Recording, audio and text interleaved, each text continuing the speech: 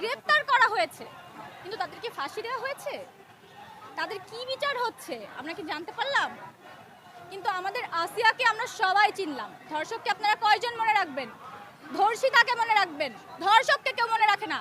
আর এই ধর্ষিতাকে মনে রাখে দেখেই ধর্ষিতার ফ্যামিলির মেম্বারগুলা কি করে জানেন? গ্রামে যখন ধর্ষণ হয় তখন বাড়ি থেকে বের হতে দেয় না, যে তোমার বিয়ে হবে না 18 বছর হলে, তুমি বের হও না, থাক, এই কথা বলবো না।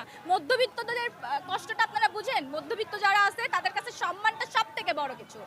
তাদের আর কিচ্ছু নাই ভাই, তাদের পেটে ক্ষুধা, কিন্তু তাদের সম্মানের জন্য তারা মরে যাবে, কিন্তু কারো কাছে হাত পাতবে না। নিজের সম্মানটা, নিজের আত্ম পরিচয়টা তারা ওইভাবে বাঁচায় রাখে। তো এক আসিয়ার কথা আমরা জানি, কিন্তু হাজার আসিয়ার কথা আমরা জানি না। আমি কোনো আইন মানি না, আমি কোনো আইন মানি না। আমার কাছে একটাই আইন, যে ধর্ষক তাকে অন স্পট ডেট ঘোষণা করা হবে, হ্যাঁ, ওখানে অন ফায়ার করা হবে।